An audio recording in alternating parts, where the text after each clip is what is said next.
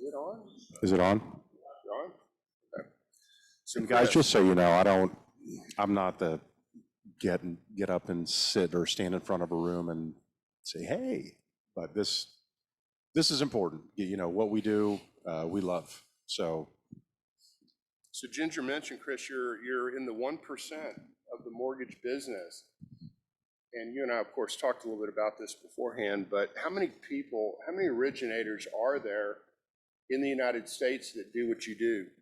Right now, there's currently just under 1.3 million loan officers in the United States that originate mortgages. So 1.3 million people do what you do on a daily basis, and you're in the top 1%.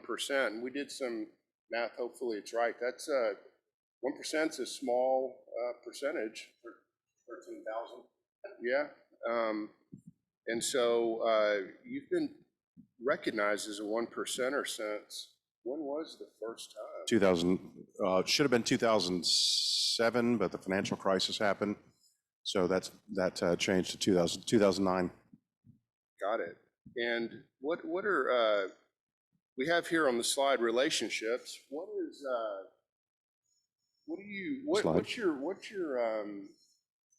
your secret sauce? What do you do there has to be some secret sauce to be at the pinnacle of any industry in what you do. And so how did you get there? What's your secret sauce? From a business standpoint, and it doesn't matter if it's business or ministry. Everything is about relationship. Number one, it's our relationship with our Creator. And it's relationships that you establish from high school to college to after college to your sphere of influence, people in this room, people that you work with. And it's taking that network and working through that network. And that's something that I learned and figured out many, many years ago. It wasn't so much how many people you brought in or how many people were in your network. It matters what you kept in that network, right? And classic business, you try to bring in as many customers as you can without trying to retain those customers. And as soon as you bring them in, they go right back out the back door. So it's a constant, we need more, we need more, we need more, instead of keeping what you've already gotten. Because at that point, you don't need more, if that makes sense. So it makes sense. So when you got started, you simply worked your network, your existing network, people you knew. That's how you started and expanded from there. And so as far as maintaining, you mentioned maintaining these relationships. I know you're very good at this. What do you do to maintain them? What do we do to maintain them? So over the past, we're almost 21 years. 21 years, God's grace, we have served 5,200 families. We put 5,200 people into homes. A little under and I did the numbers last night, just under 1.2 billion in production. And it's not us. It's God, and it's God's grace. And we have just been faithful and stewards to the Lord, and He has just continued to pour into us. So, but maintaining your client database, we touch our past families that we've served at least 50 times a year. What we have found to be the most effective way of communicating now is not email anymore, because we get so many junk and spam emails. People don't want them. So what you need to do is create some type of a CRM, a customer retention management tool. There's many that exist. And we actually text all of our clients because everybody responds to a text message. Most people won't respond to an email, but they will respond to a text if they know that it's you. And the text actually comes across as if it sounds like it's you sending them a text. So that's something that is extremely important. We have been, right now, I think we are on our 13th family that we're in the third generation of family members. So there's repeat business, there's multiple people. So you do a parent and then you'll do their child, is what we correct. Described. We've done grandparents, parents, and grandchildren. And And, people are moving across the country. So as these past clients have spread across the country, they're then referring people in other states. So we lend in probably, I think we've done loans in all but 2 states. Probably, doesn't matter what they are, but. New York and New Hampshire. Yeah, and they're up in the Northeast. Those are tough places to lend. Okay. And so what's another, I have here on one of the slides, a student of your profession. Student of your profession, so you don't take it for granted that you're on top and you just loaf every day, right? You just, because you made it. No, look, and again, it doesn't matter what what industry you're in, you have to be a student of your profession. And what do you do every day? How do you get ready for your day? Give us a couple of things that you do daily to get ready to have conversations with people, very high level conversations about emotional things like their money, their house, their everything. How do you get ready for that? Every morning I'm up at between 4:15 to 4:30. So from 4:30 to exactly 5 o'clock, that's my prayer time, that's my quiet time.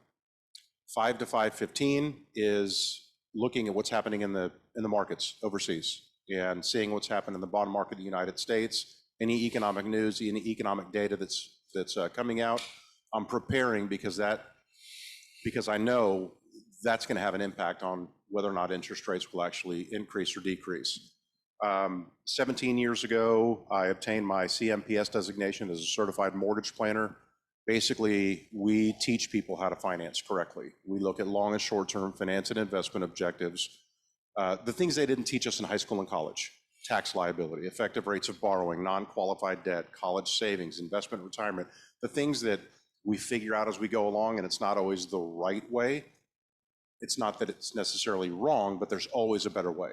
So every morning it's my prayer time, and then it's work mode until 5 p.m. So you're saying if a competitor has a lower interest rate than you do, you can still put them in a better position, can you? Absolutely. Or is the lowest rate win? No. The lowest rate does not equate to a lowest cost of borrowing over time. That is one of the biggest misconceptions of home buyers and homeowners, that they think that the interest rate is the main component in the equation, and it's not. That's just a cost of borrowing. And this isn't like a mortgage.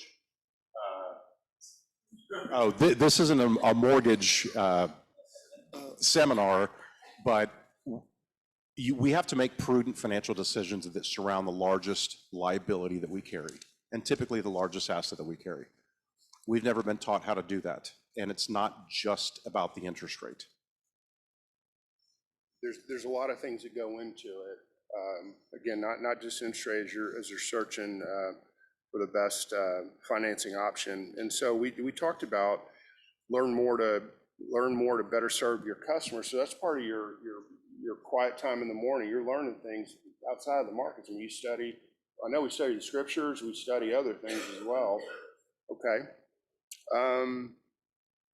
So the given part. Now that you got it, what do you do with it?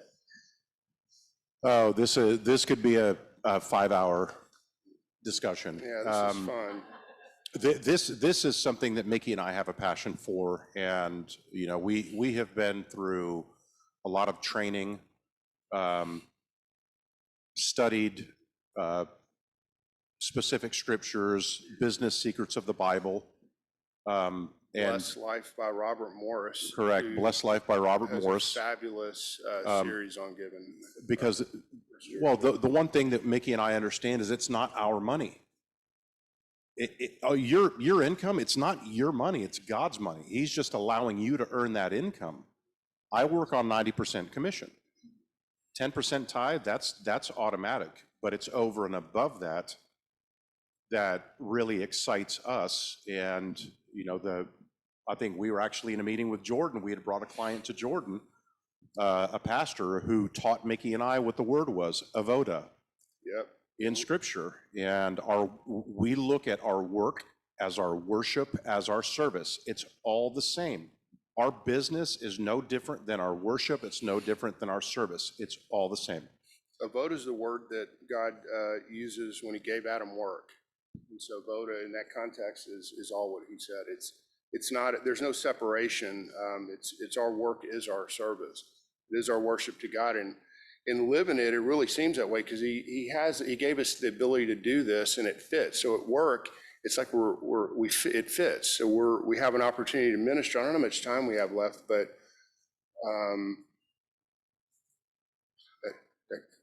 okay, we got 2 minutes. 2 minutes. You know, we could get into. I wrote down a few things just about giving. Everybody knows this, but giving is a tangible way to acknowledge God's ownership of all we have. It's a tangible way to worship and show gratitude. This is a barometer of our hearts.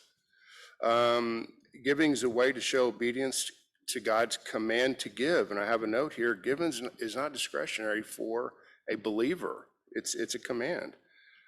Giving meets the needs of others, and there's rewards in heaven. I mean, so if you need any extra motivation, you can study the rewards that God does promise us in heaven. If you need some additional motivation.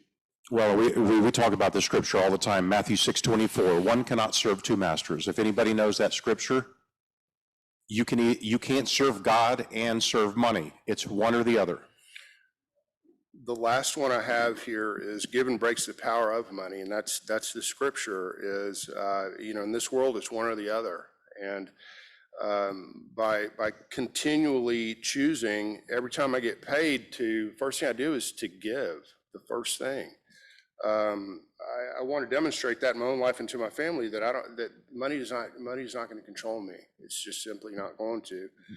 But just to put an umbrella on this, we have the opportunity to talk to a lot of people we work with, and also clients, and share our faith with them. So I would say that as we're standing here, if we're doing this, I want to check my heart that I'm doing this because I love people. We have the opportunity, or the people we work with and clients, we're doing this out of love. If not, this is nothing but marketing, okay? And we're standing up here as representatives, and we're going to be struck down by doing that. So we want to check our hearts as well to do we do out of love. We're commanded to do that. That's how we demonstrate that we're his followers.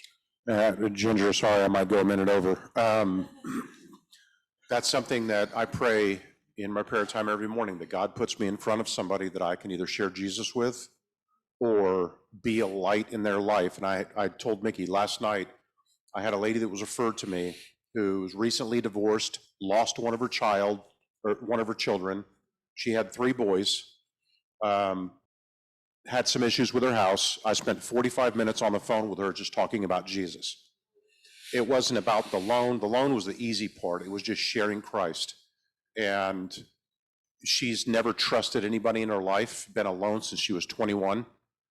And those are the opportunities that I'm thankful that God puts in front of me.